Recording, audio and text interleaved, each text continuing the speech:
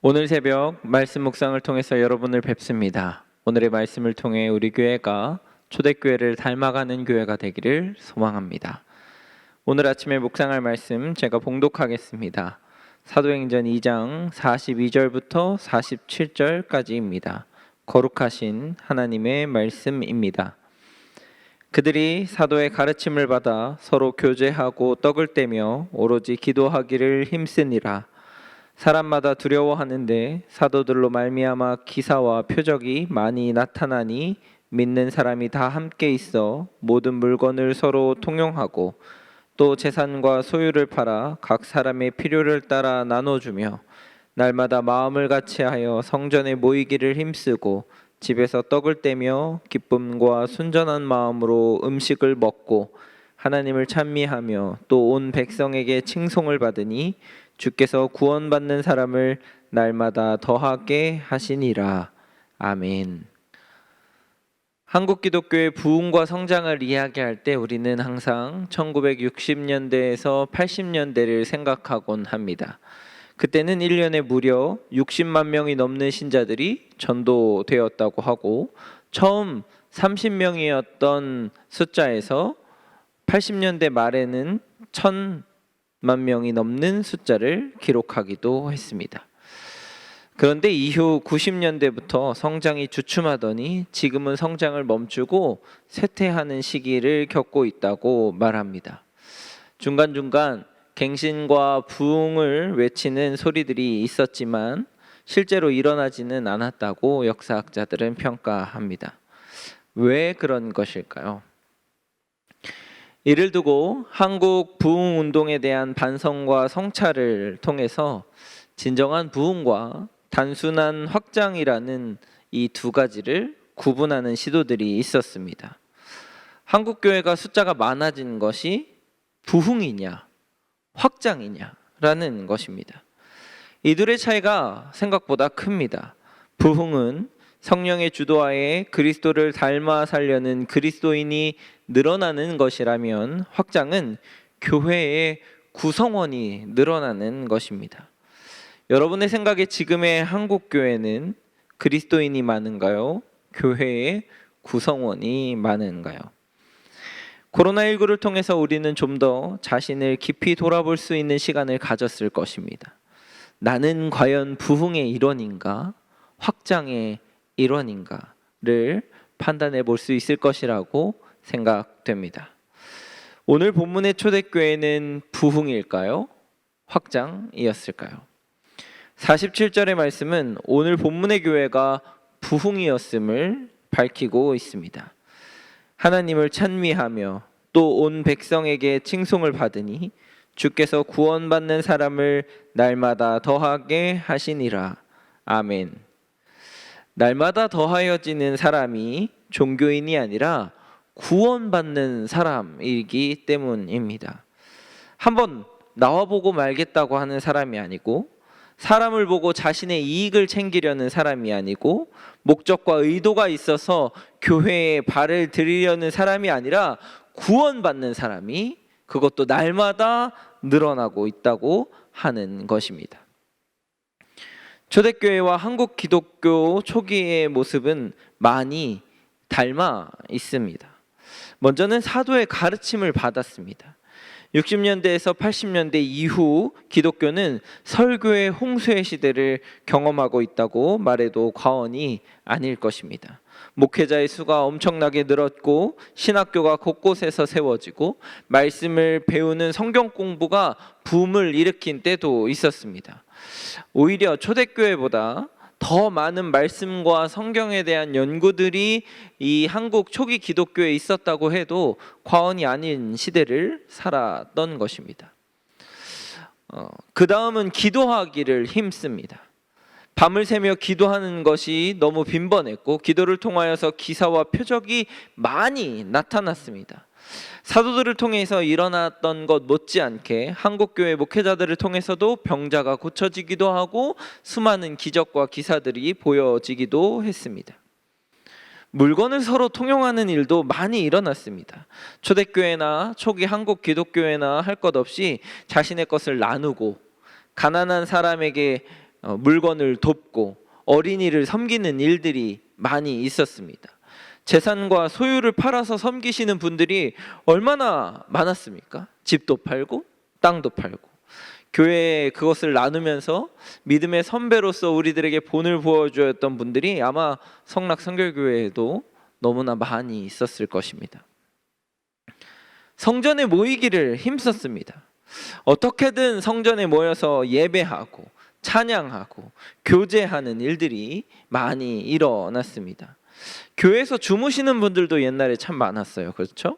기도하는 분들도 많았고 자발적으로 청소하시는 분들, 화단을 기르시거나 나무를 가꾸시는 분들, 주변 정리를 하거나 교회 곳곳을 고치고 수리하시는 분들도 많았습니다.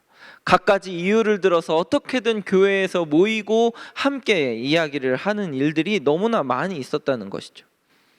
그와 더불어 떡을 떼며 기쁨을 나누는 일들도 참 많이 있었습니다. 한국 교회 초기에 식탁 교제가 얼마나 많이 있었습니까? 구역 예배로 모일 때마다 집으로 초대하여서 집에서 함께 식탁을 나눴습니다. 어렵고 힘든 사람들에게 조금이라도 더 나누려고 함께 김장하고 함께 음식을 나누고 함께 떡을 나누는 일들이 너무나 많이 있었다고 하는 것입니다. 그렇게 나누며 먹고 기뻐한 때가 있었습니다. 찬송의 소리가 끊이지 않았던 때도 많이 있었습니다. 크리스마스가 되면 새벽송이 울리고 칸타타가 울리고 거리마다 성탄 캐롤이 울리면서 예수님의 탄생을 기뻐하였습니다. 아이들은 곳곳에서 함께 노래하고 성극하고 어린들은 그런 아이들의 모습을 보고 주변의 어려운 이웃을 돕는 일들, 이런 것들이 너무나 많이 있었던 것입니다. 초대교회와 한국 초기 기독교가 이렇게 같은 모양 그리고 같은 모습, 때로는 같은 성과들을 낸 것처럼 보이지만 그럼에도 불구하고 오늘 본문에서 달랐던 하나를 꼽자면 이런 부분을 볼 수 있을 것 같습니다. 날마다 마음을 같이 하여. 마음을 같이 하지 못한 것이 한국 초기 기독교에 너무나 잘 드러나 있습니다. 초대교회를 부흥이라고 부르고 한국 초기 기독교를 확장이라고 말할 수밖에 없는 요인이 되지 않을까요? 교회의 폭발적인 성장의 이면에는 교파와 교단의 난립이라는 어두운 부분이 존재했기 때문입니다. 1991년 문화부에 등록되어 있던 개신교 단체는 모두 112개였습니다. 당시 불교의 교파가 40개 정도였다고 합니다. 그러니까 단순 비교만 해봐도 3배가 넘는 교파와 교단으로 기독교가 분리된 것입니다. 이게 1991년도니까 지금 30년이 지난 지금은 훨씬 더 많은 교파와 교단으로 분리되고 나누어졌을 것이라고 예상하고 있습니다. 기독교는 폭발적 성장과 함께 분열이라는 아픔을 동시에 겪어야 했습니다. 숫자적으로는 확장해 보이는 듯 했지만 내부적으로는 갈라지고 쪼개진 시기였다고 하는 것입니다. 지역 감정, 교권, 이권 문제, 교회 내 감투 등의 명분 없는 대립들이 이런 결과를 나타냈다고 반성하게 됩니다. 진정한 초대교회의 부흥은 성장과 동시에 하나됨이 있었습니다. 분열을 막고 말씀과 기도로 더욱 단단해졌기 때문에 초대교회가 겪는 외부로부터 오는 박해와 아픔을 이겨낼 수 있었던 것입니다. 계속 부흥을 이어갈 수 있었던 것이고 그럼에도 불구하고 공동체는 더 단단해질 수 있었던 것입니다. 진정한 부흥을 경험하고자 하면 마음을 같이 하여야 합니다. 성령의 하나됨 안에서 교제도 있어야 하고 기도도 있어야 하고 물건을 통용하기도 해야 하고 가난한 사람을 돕기도 하고 예배도 하고 찬송도 해야 한다는 것입니다. 돌아오는 주에 우리 교회에서는 임직식이 거행될 것입니다. 새롭게 세워지는 임직자분들과 이들을 맞이하는 교회 일꾼들이 함께 같이 마음을 같이 하여서 교회를 세워가야 할 것입니다. 초대교회에 있었던 사도들의 가르침도 받고 교제도 하고 기도도 하고 기사와 표적도 보여지고 서로 물건을 통용하고 자신의 것을 나눠서 어려운 사람의 필요를 따라 나눠주고 모이기에 힘쓰고 함께 떡을 떼고 하나님을 예배함으로 더 나아가서 지역과 사회에 그리스도인으로서의 모습을 보여주어야 합니다. 그러나 이 모든 행동에 앞서서 먼저 마음이 하나 되어야 합니다. 마음이 하나 되지 않으면 초대교회에 있었던 그 어떤 모습을 우리가 닮아간다 하더라도 진정한 부흥이라고 말할 수 없을 것입니다. 사랑하는 말씀상 공동체 성락성결교회 성도 여러분, 우리 교회가 진정한 부흥을 경험하는 세대가 되길 소망합니다.